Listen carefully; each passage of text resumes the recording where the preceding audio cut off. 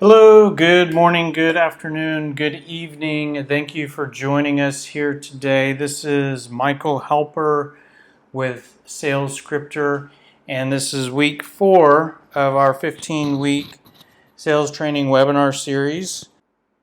And just want to start out by mentioning the real motivation for this 15-week webinar series is that I recently published a book called The Smart Sales System. This is basically, I spent a year basically kind of going through all the different things I've written about, done webinars on, and I tried to kind of consolidate everything, update everything, and also wrap it together in what I call a system. So that's something I'm probably most proud of, is that this book is all of my different philosophies, sales tips, and whatnot, but it's put together in a system that you can implement and adopt for either yourself or for your sales organization. And if you want to get a copy, here's a link to our Amazon page where you can purchase a copy of this book. And here's the schedule of the 15-week webinar series. Basically, every week we're going through a chapter or a set of chapters in the book. And the topic for this week is Managing the Sales Process, Chapter 16. So just to kind of pick up where we left off last time, when we first started working through these webinar sessions, we've been working through these levels of the sales system. The sales system is broken down into 3 levels. So level 1 is building your sales message, and that's what we worked on at first. By the way, if you've missed the first few weeks of the webinar series, they're all recorded. Go back. I'd recommend maybe go back as soon as you can, because all of these weeks build on top of another. So we went through level 1, then last week we took your sales message and we worked on level 2 in terms of building your sales scripts and sales tools. And now we're ready to move to level 3, and the remainder of the webinar series is level 3, which is all of the sales tactics and processes and tools. So this is where we will put into play the sales message and the sales scripts and whatnot. So we're going to go through a number of different modules every week. Every week, it's from here on out, it's going to be pretty much a chapter a week and 1 module a week. The topic today is managing the sales process. And what we're basically talking about here at the most basic level is that we want to basically take the sales process and organize it a little bit more and simplify the steps that you're trying to take a prospect through. The sales process that we're going to give you is actually only 3 steps, and I'll show you what those are here in a minute. And you might think, well, my product's different from all other products being sold, so how can I use your sales process? Or you may say, well, every prospect is unique, so how can we have some sort of simple 3 steps that we try to take a prospect through? The reality is that the 3 steps that I give you can be used for just about any product or service. And sure, sometimes there's some modifications, but you can use these 3 steps, especially in the early stages of talking to a prospect. You can try to take someone through these 3 steps, and what it can do is it can simplify what you're trying to do and provide more clarity for what you're trying to accomplish. And the other thing that we want to do with these 3 steps is we want you to become more aware of where you are in the process, and that will help you to identify what you need to do at each step. And so these 3 simple steps are going to make selling a lot easier, and it's going to make it a lot easier for you to know what to say and ask, because at all of the different steps, there are different things that you should focus on trying to accomplish and different questions to ask. And I'm going to show you all of that here. So it's going to be, it'll be very simple and very simple to adopt if you agree with what I show you. Now, a lot of people might see, a training module on the sales process as not being the most important or the most urgent thing for them to work on. Meaning, a lot of salespeople might think, well, I'm okay once I have my foot in the door. So they might say, I need help with cold calling, cold emailing, email prospecting, dealing with gatekeepers, dealing with objections. That's what they want to work on. Once they're engaged, they can figure out what process to take the prospect through or what to do next by improvising in that particular moment. And I actually don't completely agree with that. I actually believe this is one of the most important topics and modules of the Smart Sales System, because all of those things I just talked about that most people are interested in all point back to this module and the concepts discussed here and build on what we talked about here. For example, when it comes to figuring out what to say and ask, depending on what step you are in the process will impact what you say and ask. Regarding improving your cold calling is actually at the very beginning of the sales process. So knowing what steps you're trying to take a prospect through will impact what you try to do and what you try to accomplish when you're cold calling. It'll impact what you do and say when you're emailing. It'll impact the questions you ask. It'll impact how you try to resolve and get around objections. And it can impact what you're closing, because the different steps you try to take a prospect through can impact what you try to close for. And all of these are chapters and topics later to come in the Smart Sales System, and those will all point back to the concepts we talk about here today. So this is one of the most important topics and modules and chapters in the Smart Sales System. And just to show you why this is so important, just to kind of drill into the topic of closing, when you're a salesperson and you're talking to a prospect, whether that's talking to them on a call or in a meeting or in an email, every time you're interacting with a prospect, you have two different goals that you can focus on. The ultimate goal is to sell the product and service, and I do agree that that's really at the end of the day what's most important. It's how you and your business make money, make commissions. It's how you will achieve your targets and improve your career and have a healthy job and job security. And then on the other hand, you at every given interaction, you have an immediate goal. And the immediate goal is to get the prospect to agree to move to the next step of your sales process. And the interesting thing here is that there is only one point in the sales process when these two goals are the same thing, and that is when you're at the very end of the sales process and it's time for the prospect to purchase and agree to purchase your product. At that point, these goals are the exact same. But it's up until that point, these will always be two different goals. And I bring this up because if you're a salesperson, if you follow your natural instinct is to talk about the product and to close the sale and to get people interested in buying from you. What we can often do is fall into the trap that we often just put the gas pedal all the way down, and we always focus on really the ultimate goal of trying to get people interested in buying what we sell. That sounds logical. You're a salesperson, you have a product you sell. When you're talking to a prospect, try to get them interested in buying what you sell. Well, there's a few problems with that, and you can actually be more successful if you resist that natural instinct a little bit and focus more on just trying to get the prospect to move to the next step of your sales process. So, for example, if the next step of your sales process is to start a conversation, set an appointment, schedule a meeting, then if you focus more on that and less on trying to validate if the prospect needs what you have today, that can impact what you say. It can impact the questions you ask. It can impact how you close. It can impact how you respond to objections. And we're going to keep coming back to that every chapter of the Smart Sales System. So let me give you a few examples of how some salespeople focus more on the ultimate goal of trying to close the product and why that might not be optimum, especially when you're trying to take a prospect through a series of sales process steps. So a real life example, and I just kind of always use the same one because it's just a great example.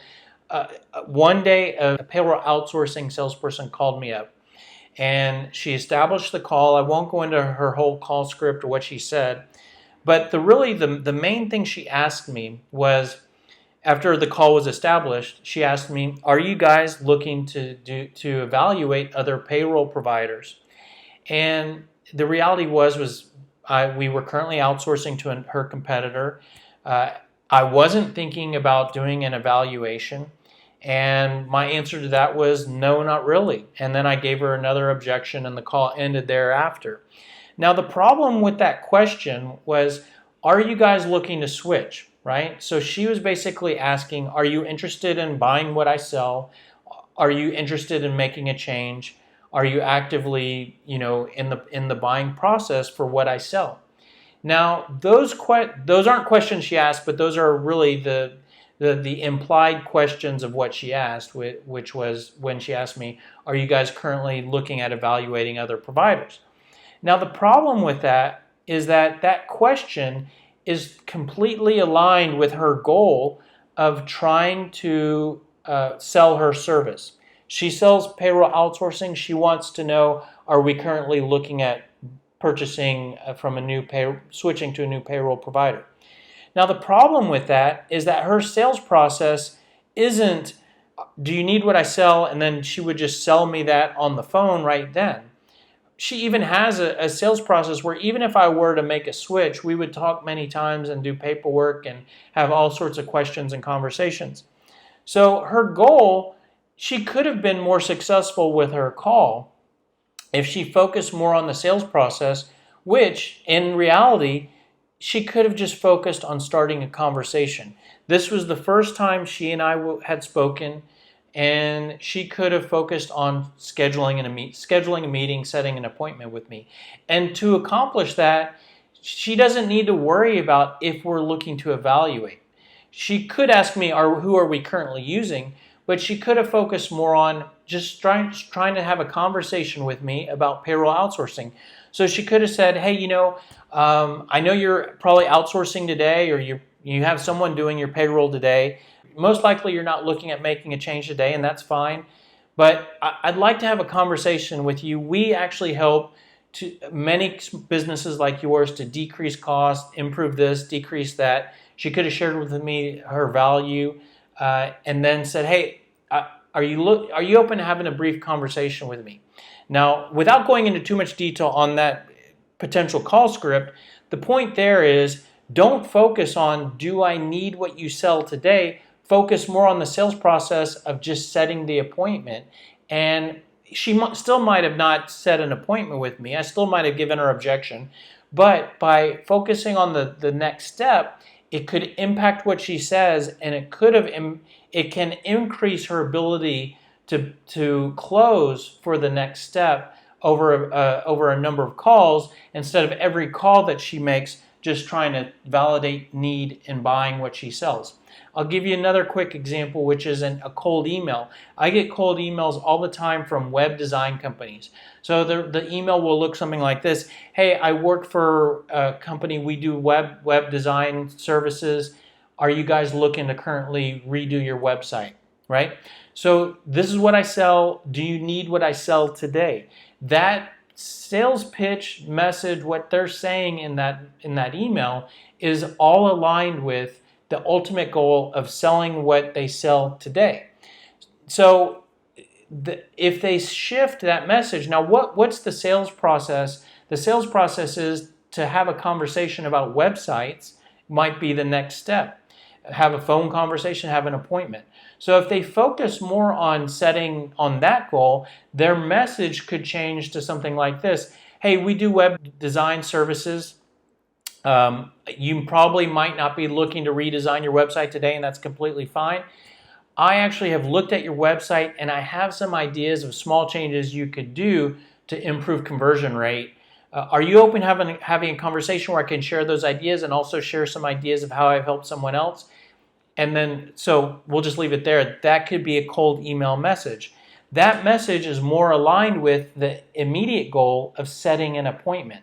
So those are just two examples of how focusing more on the sales process can impact what you say, and being more aware of the steps you're trying to take a prospect through can make selling easier, can improve the questions you ask. It can also impact the way you respond to objections. A quick example on objection handling is if a prospect says, we don't have budget today, then that's the objection. If you're focused on the ultimate goal of selling the product, it might not make sense talking to that prospect because they don't have budget today. It doesn't make any sense for you to talk to them because you can't sell your product. But if your process is to have a conversation, schedule a meeting, set an appointment, then the fact that they don't have budget today is actually not a valid objection. It doesn't even make sense because you're not trying to sell your product. You're just trying to have a conversation, and then you can worry about the fact that they don't have budget after that conversation, and that can impact what you do after there. Maybe you meet and then you pause until they have budget. But if you understand the steps you're trying to take someone through, it can make it more clear how you can respond to objection handling.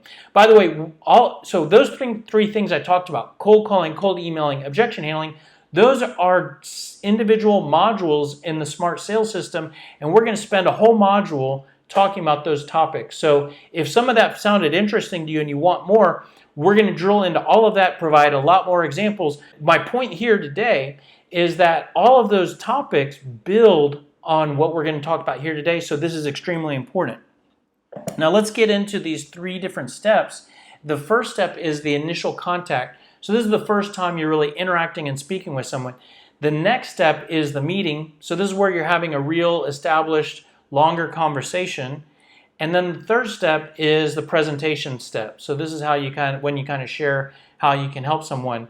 So regardless of what you sell, I think the most complex and also the simplest of products can go through these 3 steps. So let's drill into each step and talk about what that looks like and what you should accomplish in each step.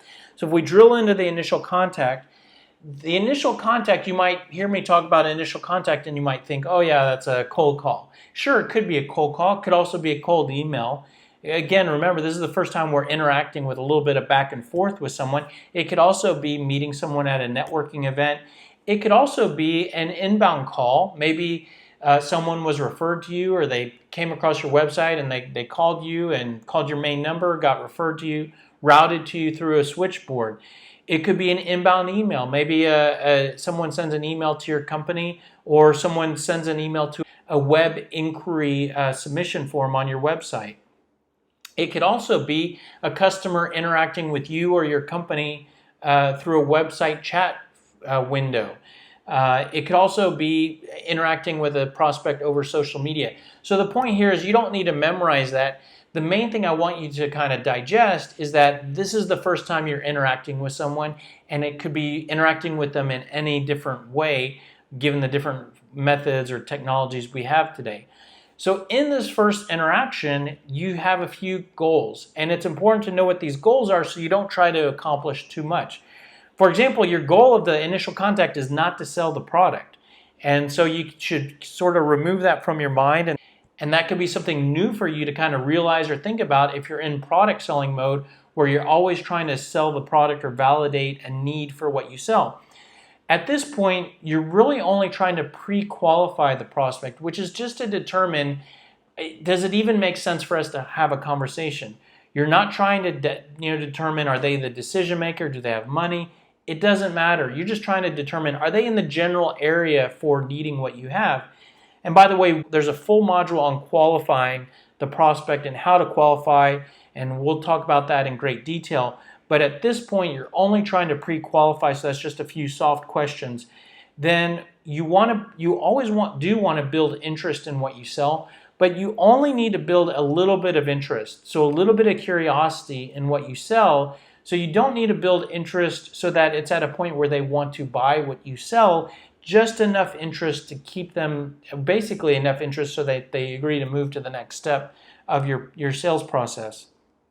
And the close that in the initial contact is not to close the prospect on validating that they want to buy or need what you sell. The close is closing them on talking in more detail. So that's basically agreeing to have a conversation or scheduling a meeting, setting an appointment. Now the structure for the initial contact is, this is a very short conversation. So it's 2 to 5 minutes. Now, and one of the core concepts of the Smart Sales System was focus more on the prospect and focus more on their interests. So to cater that, We want to focus 80% of the initial contact on the prospect and 20% on you. By the way, this might be something new for the product selling salesperson, which would typically try to spend 80% of the initial contact on them. This is what I sell, this is what I do. By the way, an initial contact cold email that for a product selling salesperson is going to be 80% all about the company and the product. So you want to shift, make it 80% about them, 20% about you. And the best salesperson is the one that asks the best questions. The questions to ask in the initial contact are your pain questions and your current environment questions. So we're going to provide you with a lot of different questions. These are the only questions you need to worry about in this brief 2 to 5 minute meeting. Now, and by the way, I just want to point out, I know 2 to 5 minutes sounds like a short time, and you might think, well, there's a lot of cold calls or networking event or times where I talk to a prospect, maybe even in a chat window where you're interacting longer. And so what happens there is either you're taking too much time in the initial contact, or you're moving to the meeting step at the same time as the initial contact. So we actually refer to that as an instant meeting, and we'll talk about what that is later. You need to be aware of when an instant meeting is happening. What I really want you to be aware of is where you're at in the sales process when you're talking to a prospect, so you can know the different questions to ask and what different things to accomplish, and you can control the sales process and control the prospect and the interaction to a greater degree. So let's talk about what the meeting looks like. And basically, there's a few different types of meetings that you can have. It could be your classic appointment. You set an appointment, you go out to someone's office. It could also be an online meeting. You meet virtually. It happens more and more in today's world. It could be meeting someone over coffee, over dinner, over a drink. And like I said, it could be an extended cold call. So you're kind of calling them and you end up talking to them for 20, 30 minutes on the same conversation. Then you're basically flowing into the meeting at the same time. It could also be meeting someone at an event. Maybe you met them at the event and you just end up talking to them for an extended period of time. Now, there are some goals for the meeting that are slightly different. So in the initial contact, we were just pre-qualifying the prospect, which is determining, does it even make sense for us to talk? Now you're going to take that to a deeper degree and you want to qualify the prospect. So this is determining, is this prospect for real? Is this someone that's worth me spending my valuable time with? Again, we'll talk about qualifying in more detail later, but this basically means there's going to be different questions to ask. You also still want to continue to build more interest with the prospect. You're still not trying to get them interested enough to buy from you. You want to get them build interest to another level so that they agree to hearing about the options that you have and seeing your presentation basically. And the close is not to close your product sale, but to close for the presentation. The structure is, it could be anywhere between 10 to 60 minutes. So for your more simple products, the meeting could be a 5 to 10 minute conversation. For your average products, it might be a 20 to 30 minute meeting. For your more complex products or deeper conversations, it might be a 60-minute meeting. The level of attention in terms of how that's divided in the meeting, so at the initial contact, it was more on the prospect, less on you. Now it evens out. So it's 50% on the prospect, 50% on you. In a 30-minute meeting, what that might look like is you spend the first 15 minutes on the prospect, and you do that by asking questions. And then in ideal scenarios, you ask questions and learn about them.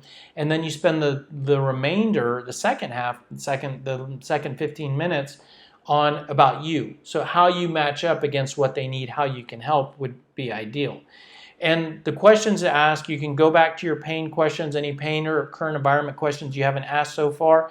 But now you can start to add in qualifying questions, trying to determine what exactly is going on with the prospect and if they're for real. So once you have done that, then you can move on to the meeting, to the presentation step. And what the presentation can look like is, it can look like a traditional presentation where you're showing a set of slides about your product and company and how you can help. It could be a demonstration of your product or service. Now, I will point out, many salespeople sell something that's very understood or fairly simple, and there's not a need for a formal presentation, no problem. In that case, you still need to go to the presentation step of the sales process, but your presentation step might be more simple, and it could be you sharing and maybe going through a proposal or a quote with the prospect. By the way, this, in a lot of cases, if you don't really worry about these processes, you might be sending over a proposal or a quote to a prospect and just letting them go through that on their own. When you really embrace this process, you might realize that this is the third step of the process, and you should go through the proposal with the prospect. So you can schedule it more as a meeting instead of just sending the document over to them for them to go through it on their own. And for very simple products, the presentation step might be just sharing a list of options. For example, let's say that this is a real life example for me. I had an inspector come out to look to see if I had termites. He did an inspection of my house, and then after the inspection was done, he opened a brochure and said, you can do this, or we could do that, or we could do this. Which one do you want to do?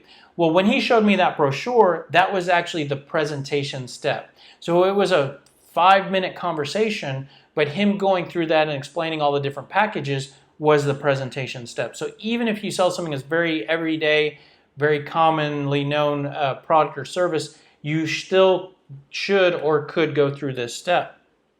Now the goals are, you might want to continue to qualify if you haven't really fully qualified the prospect in the meeting step. At this point, you want to build interest to a level where the prospect is interested in buying what you sell. So this is your real opportunity to communicate what you have to offer, how you differ, how you can help the prospect, and how you match up against their needs. And your goal is to close the prospect on buying your product or service. Now, I want to point out the goal is to close the prospect on your product. Of course, there are in most situations, there are steps after the presentation. Maybe it's sending over a contract, and maybe there's a redlining or additional meetings, or has to go through a committee. I don't doubt that for a minute, and probably in more cases than not, that is the situation. But at the end of your presentation, you still should or could close for the validation of buying your product, meaning, do we agree to move forward? Even if there are 10 steps, and even the close could even involve agreeing on the 10 steps. Are these the 10 steps that need to happen next? Okay, do we agree that you're interested in moving forward to those steps and moving forward? So you could close for validation, if not close for the actual signature. Now the structure is, the presentation could be anywhere between 30 minutes to 2 hours. Where you land on that might be the complexity in what you sell. And the distribution of attention is the exact opposite of what it is at the initial contact. So the initial contact was more on the prospect and less on you. Now it's less on the prospect, 80% on you. What that might look like is you might spend the first 20% of the meeting, the presentation, on them, saying this is what we've learned about you, and then you're all about you and how you can help. Or it could be the first 10 minutes is your findings and about them, then 80% on you and how you can help, and then the 10% at the end for more questions and discussion about the prospect. Questions, you can still go back to any pain questions, current environment questions you haven't asked, and any qualifying questions you haven't asked. The new set of questions here are your closing questions. So this is where you're really trying to close the prospect on moving forward. So those are the 3 steps of the sales process. And as you can see, the steps are fairly simple. It's 3 steps.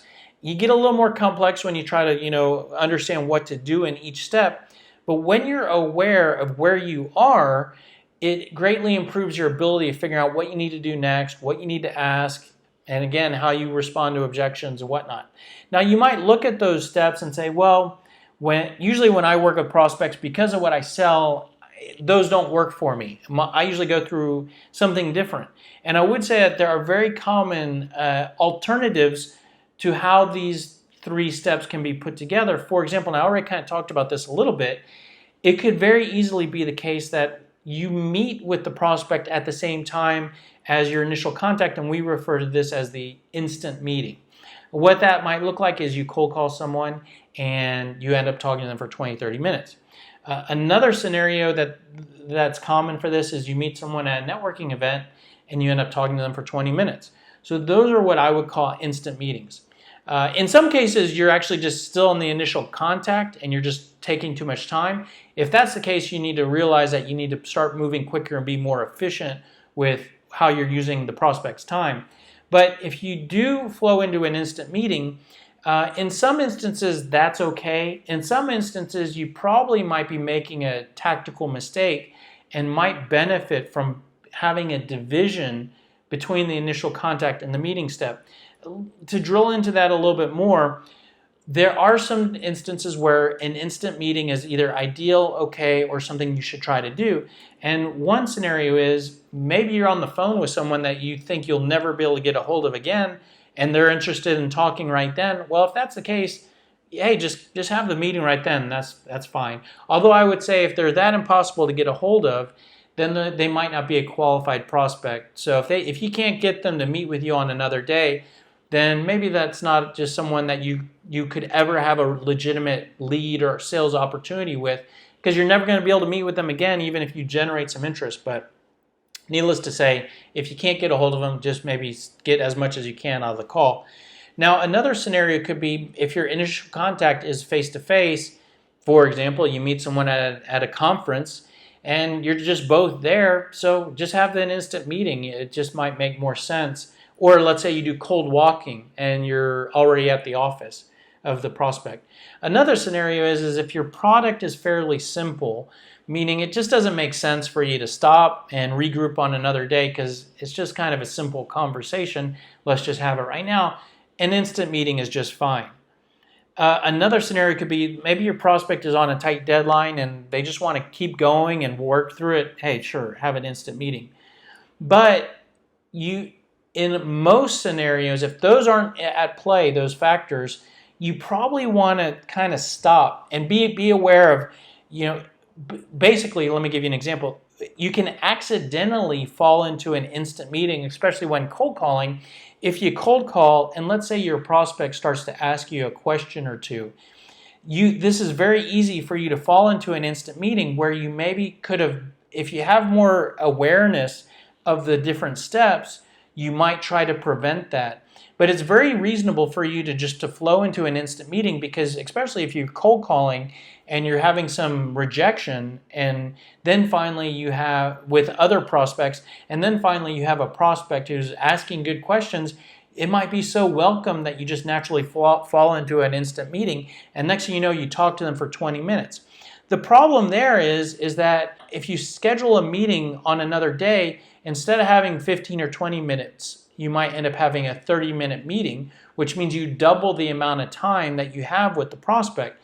So, and that's really the first point here is that if you stop the instant meeting and you pause, and then you instead schedule that meeting on another day, you are sure to get more time and attention with the prospect than just trying to drag out a cold call for 15 to 20 minutes. Another thing is, if you have an appointment on another day, both you and the prospect will typically be able to become more prepared in terms of questions to ask and things to say and things to talk about if you regroup on another day. And typically when you flow into an instant meeting, you often are missing a closing opportunity. Not a closing opportunity to sell your product, but a closing opportunity to close the prospect on meeting on another day. For example, let's say the prospect asks you, well, what is the transition like if we were wanting to move forward? Then instead of, that might be such a welcome question that you're like, oh, well, the transition is this, and then we do that, and we do this, and then you just give them the answer to their question. But if you hold back on answering their question, then you have leverage or a carrot to make them interested in meeting with you on another day. And what you can do is you can say, well, you know what, that's a really good question. And it's actually a bit of an explanation for me to answer that. What do you say we pause right here?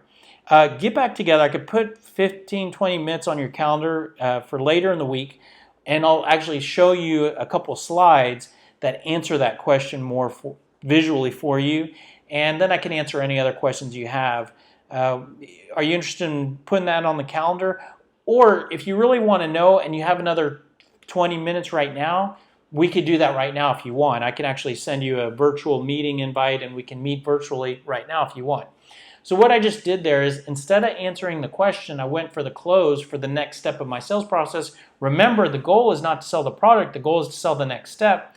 So I use that. Now, let's say if you don't realize where you are in the sales process and you just end up flowing into an instant meeting, which is you answer that question, then you answer another question, and then you think, oh, what do you say we get together on another day? You've given the prospect what they're wondering, so there's less motivation for them to agree to meet with you, so you miss out on a closing opportunity. Now, another scenario is you have your initial contact, you set a meeting or an appointment, you meet with them, and it flows into the presentation at the same time of the meeting.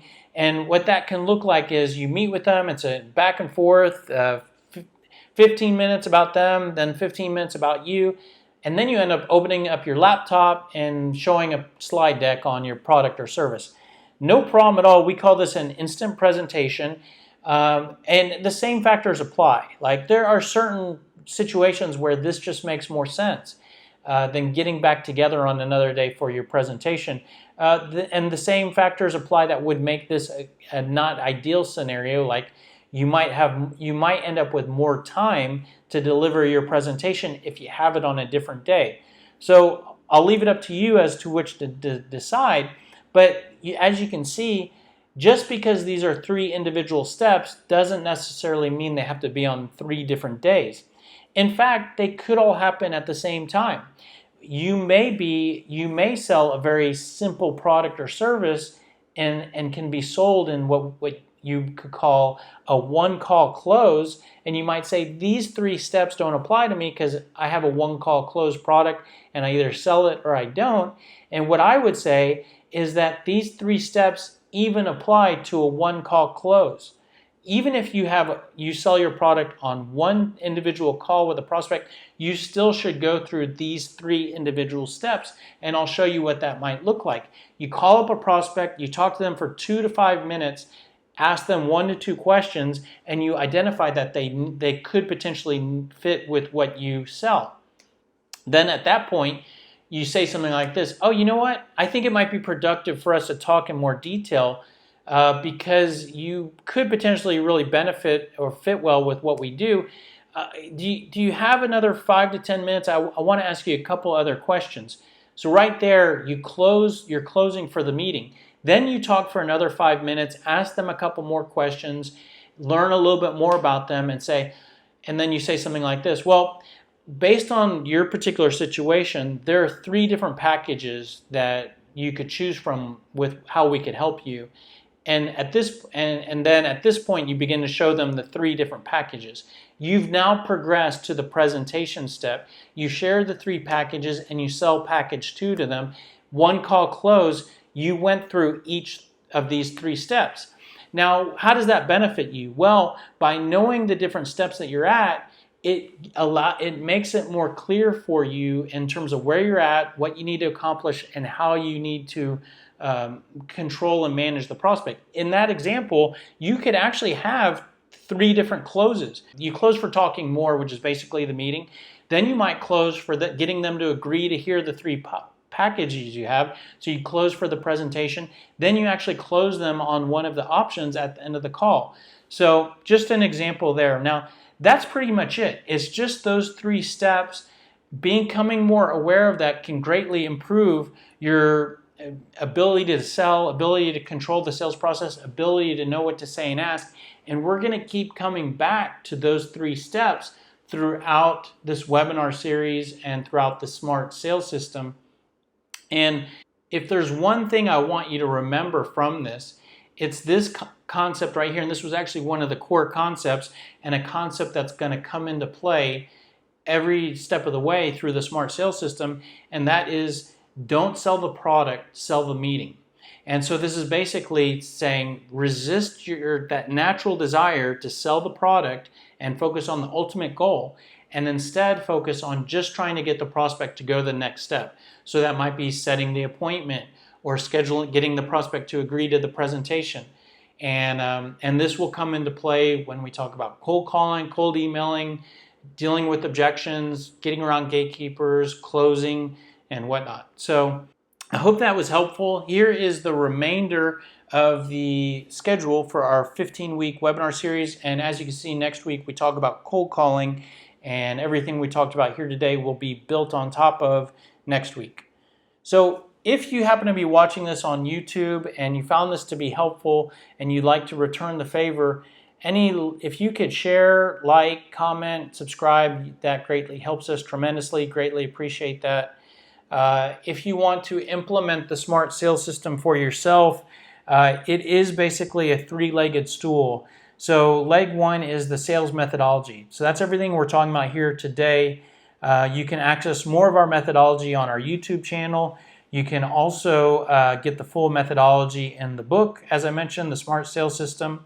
The second leg is our software platform, which is called SalesScripter, which basically provides an area for you to build your sales message, and then it uses your sales message to create a library of sales scripts, email templates. There's full CRM functionality, email automation. The software completely aligns with the methodology, so they kind of go hand in hand. So if you really want to get the most out of if you really want to implement the methodology, the software will help you to do that. If you really want to be successful with how you use the software, it might help you to be familiar with the methodology. And certainly we provide professional services in terms of sales consulting, sales coaching to help you every step of the way. Here's my contact information. Feel free to reach out if you have any questions. Thanks. Hope this was helpful.